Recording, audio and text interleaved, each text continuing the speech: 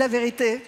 C'est une question qui me taraude depuis longtemps. Est-ce que la vérité, c'est une vertu ou un vilain défaut?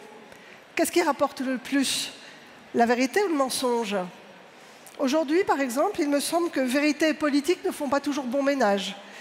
Que dire la vérité en politique, c'est parfois être naïf ou voire commettre une faute grave. Hannah Arendt disait « La véracité n'a jamais figuré au nombre des vertus politiques ». D'abord parce que la vérité, ça ne fait pas rêver. Ça ne donne pas forcément de sens à ce qui nous entoure. Ça décrit le réel. Elle n'est ni tendance, ni porteuse d'espoir. Être une femme ou un homme politique, c'est d'abord le besoin d'être élu, d'être en phase avec ses concitoyens, d'être la voix du peuple, de dire aux gens ce qu'ils ont envie d'entendre. Il y a cette injonction d'aller dans le sens de l'opinion générale, sous peine d'être accusé de déconnexion. Ensuite, qu'est-ce qui rapporte le plus? La vérité ou la simplicité? La vérité, elle est souvent complexe, elle est affaire de nuances, elle s'accommode mal des slogans, elle tient difficilement dans un tweet de 240 caractères, encore moins dans un bandeau de chaînes tout info. Difficile d'exister dans cet univers ultra connecté, source de simplification à outrance. Nietzsche écrivait une phrase qui résume tout. Le demi-savoir triomphe plus facilement que le savoir complet. Il conçoit les choses plus simples qu'elles ne sont et en forme par la suite une idée plus saisissable et plus convaincante. C'est bien le problème.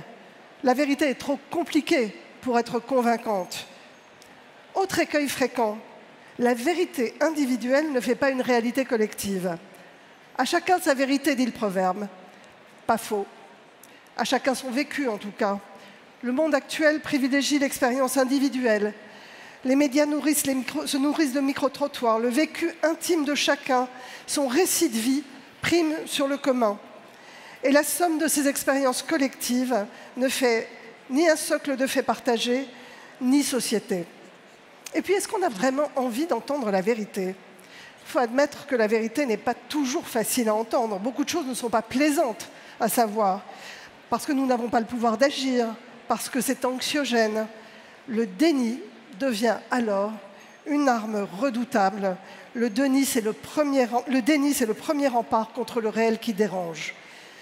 Nous aussi, Français, nous aimons la pensée critique, remettre en cause l'ordre établi.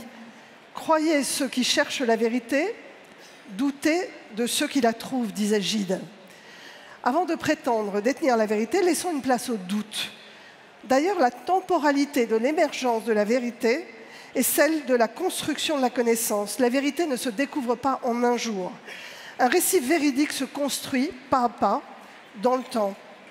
Par exemple, en science, les faits mettent souvent des décennies, voire des siècles, pour être admis comme des faits établis. Et dans le monde scientifique, on considère qu'un fait est avéré lorsque plus personne ne parvient à le contester. La temporalité nécessaire pour approcher la vérité n'est pas adaptée à notre époque, à celle de l'instantané, qui exige des réponses immédiates, des certitudes, et qui conforte ceux qui les assènent avec aplomb. C'est dans ce rapport que nous avons avec la vérité que le Covid est arrivé. Et la vérité a eu du mal à émerger, mais pas pour les raisons que vous croyez. Alors, que s'est-il passé? Où était donc nichée la vérité? D'abord, il a fallu affronter un mensonge d'État, celui des autorités chinoises, qui ont nié pendant un mois qu'il y avait une transmission de ce virus entre humains. Ils ont prétendu que ça s'attrapait chez un animal au marché de Wuhan, alors que la transmission interhumaine, c'est le premier fait fédérateur d'une épidémie. Et en Chine, la vérité, ça se paye de la vie. Les lanceurs d'alerte sont tous disparus. Ensuite, comment faire en sorte qu'un pays prenne conscience du risque? Et c'est là qu'ont fonctionné les biais cognitifs de réassurance bien répandus. Effectivement, les nouvelles n'étaient pas bonnes. Nous allions possiblement affronter une pandémie qui viendrait d'Asie, qui nous obligerait à un confinement, comme la Chine en janvier. Pas facile d'entendre ça, pas très joyeux. Cela a entraîné un déni généralisé. Tout le mois de février, vous avez entendu, c'est une grippette. Les Chinois n'ont pas d'hôpitaux. Les Italiens ne savent pas soigner, ils sont débordés. Ça n'arrivera pas chez nous. sans compter Didier Raoult.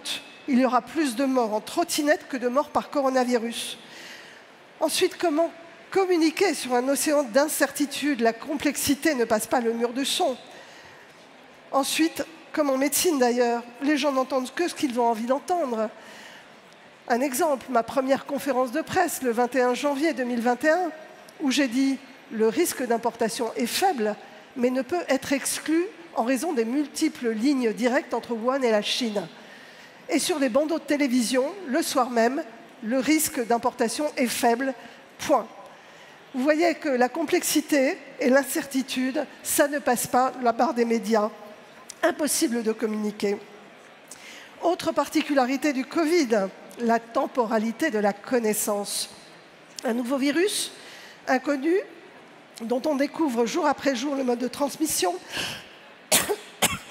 les symptômes, les complications. Pardon, comment ne pas naviguer à vue? Pire encore, quand une vérité voit le jour et que, et que les découvertes scientifiques contredisent ce qui paraissait vrai un mois plus tôt, on vous accuse d'avoir menti. Merci. Enfin, désolée, j'étais grippée. Enfin, il faut bien l'avouer, le réel ne fait pas rêver. Et contrairement à une idée répandue, je crois que nous n'aimons pas trop la vérité et que sa place est de moins en moins défendue. Zola a écrit « La science a-t-elle promis le bonheur ?» Je ne le crois pas, dit-il, elle a promis la vérité. Et la question est de savoir si on fera jamais du bonheur avec la vérité. Je vous remercie. Il doit être exécuté. Le premier qui dit la